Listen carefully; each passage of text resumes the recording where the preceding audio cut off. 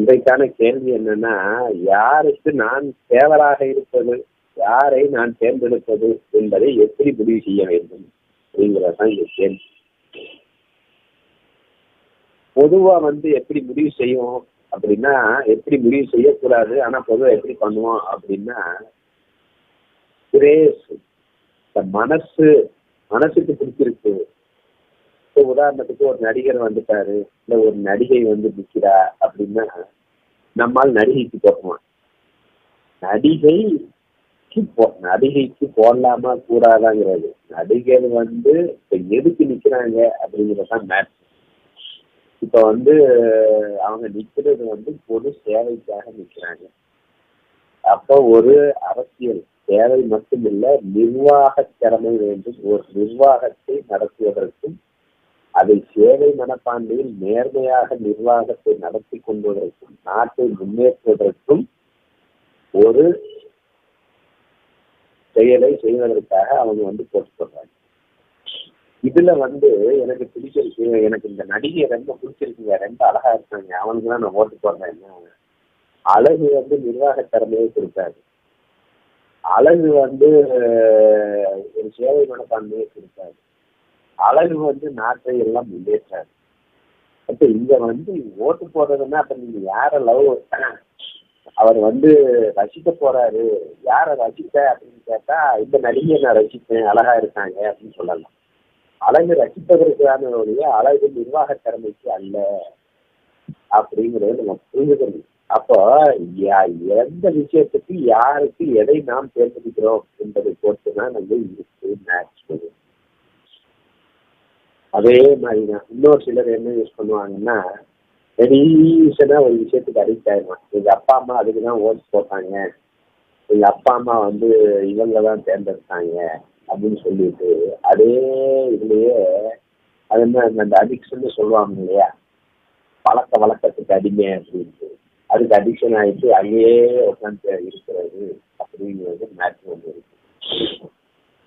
So அப்படி பார்க்கும்போது அந்த அடிக்ஷன்லையும் நம்ம பண்ணக்கூடாது. இப்போ அவங்க முன்னாடி எப்படி இருந்தாங்க, இப்போ எப்படி இருக்கிறாங்க, இப்போ அவங்களுடைய அந்த மென்டாலிட்டி என்ன இருக்குன்னு ஆராய்ச்சி செஞ்சு ப்ரெசன்ஸ்ல அவங்க எப்படி பண்றாங்க அப்படின்னு யோசிச்சுதான் நம்ம முடிவு எடுக்கணுமே அப்படியே, எங்க அப்பா அம்மா போட்டாங்க, முன்னாடி நான் அதுதான் போட்டேன், நான் எப்படி மாற்றி போடுறது அப்படின்னு இருக்கக்கூடாது. சில பேர் பணம் தர்றாங்க, நல்லா என்ன பாராட்டி பேசுறாரு, என்ன நல்ல புகழ்ந்து பேசுறாரு, ஏன்னா நான் எனக்கு ரொம்ப தெரிஞ்சவர் வல்லவர், நம்ம போன காரியத்தை சாதிச்சுக்கலாம் அப்படின்னு சொல்லிட்டு சுயநலத்துக்காக பணம் தர்றான், தெரிஞ்சவன் என்ன புகழ்றான் அப்படிங்கிறதுக்கா அதுக்கு நிர்வாக திறமைக்கு சம்மந்தம் இல்லை. ஸோ அப்ப அப்படியே நம்ம தேர்ந்தெடுக்க கூடாது. இது பொதுவாக எல்லா இடத்துலையும் எடுத்துக்கலாம். வீட்டிலேயே நம்ம ஒரு விஷயத்த ஒரு சூஸ் பண்ண போறோம் அப்படின்னா, அந்த விஷயத்துக்கு உண்டான தகுதி யாருன்னு தான் பார்க்கணுமே தவிர, எனக்கு யாரை பிடிச்சிருக்கு, யார் என்ன மதிக்கிறாங்க, எனக்கு என்ன பெனிஃபிட் அப்படின்னு பார்த்து இங்கே தேர்ந்தெடுக்க கூடாது அப்படிங்கிறத தெரிஞ்சுக்கணும். அதுக்கு இன்னொரு பாயிண்ட், பர்டிகுலரா நம்ம தேர்ந்தெடுக்கலாம். ஓவராலா ஒரு தமிழ்நாடு முழுக்க ஒருத்தரை தேர்ந்தெடுப்பதற்கும், பர்டிகுலரா என் தொகுதியில அவர் சுயேட்சையாகவும் இருக்கலாம், எந்த கட்சியும் சாராமலும் இருக்கலாம், இல்ல எனக்கு பிடிக்காத கட்சியில ஆனா அவர் ரொம்ப நல்லவர், அந்த தொகுதிக்கு நல்லா பண்ணுவாரு அப்படிங்கிற மாதிரி வந்தாலும், இந்த நான் இருக்கும் தொகுதியை எவன் மேம்படுத்தலாம், இதுல என்னுடைய விருப்பு வெறுப்பு எதிர்பார்ப்பு சுயநலம், என்னுடைய ஆசை, என்னுடைய மோகம், அழகு பேசு, அதெல்லாம் ஓரங்கட்டி தள்ளிட்டு அதை வச்சு பேஸ் பண்ணி தெளிவா ஒரு முடிவு எடுக்கணும் அப்படிங்கிறத நம்ம புரிஞ்சுக்கணும். சும்மா தலைமை நல்லா இருக்கலாம், இங்க நிப்பாட்டம் சரியில்லைன்னா, அதை விட சரியானவன் இங்க நிக்கிறான் அப்படின்னா அவன் தானே நமக்கு வேணும், நம்மளை மேம்பற்ற அப்படிங்கிற மாதிரி நீங்கள் முடிவு செய்ய வேண்டும். அப்ப என்னுடைய இங்க என்ன தேவை, அதை செம்மையாக யார் செய்வார்கள் அப்படிங்கிறத யோசிச்சுதான் நம்ம முடிவு எடுக்கணும். சரி, இதெல்லாம் நான் இவங்க சரியா பண்றாங்களா தப்பா பண்றாங்களா எப்படி தெரிஞ்சுக்கிறது? அப்படின்னா பொதுவா கொஞ்சம் அறிவை யூஸ் பண்ணி நாட்டு நடப்பு இதெல்லாம் வேலைக்கு போறீங்க நீங்க, உனக்கு தெரியும் என்ன நடக்குது அப்படின்னு. வேலைக்கு போகாதவங்க அந்த நியூஸை பார்ப்பாங்க.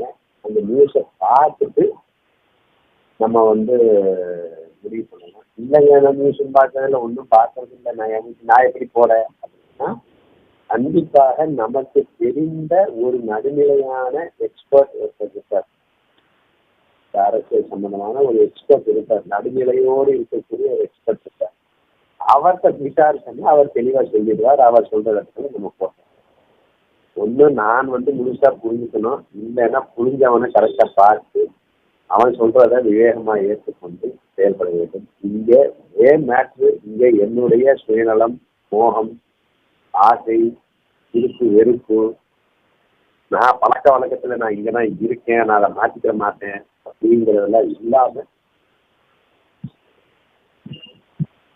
சரியான ஒருத்தரை விருப்பு வெறுப்பு இல்லாமல் சூஸ் பண்ணலாம். இதுல ஒன்ஸ் அகெயின் எதிர்பார்க்க கூடாது. சூஸ் பண்ண பிறகு அவர் வீட்டா போயிட்டு ஆயிட்டாருன்னா ஓகே பேசி ஆட்களுக்கு பார்த்துக்கலாம் அப்படின்னு ரிலாக்ஸ் எடுத்துக்கணும். கரெக்டா சூஸ் பண்ணுறது தப்பே ஆகாது அப்படின்னு அகங்காரம் இருக்கக்கூடாது.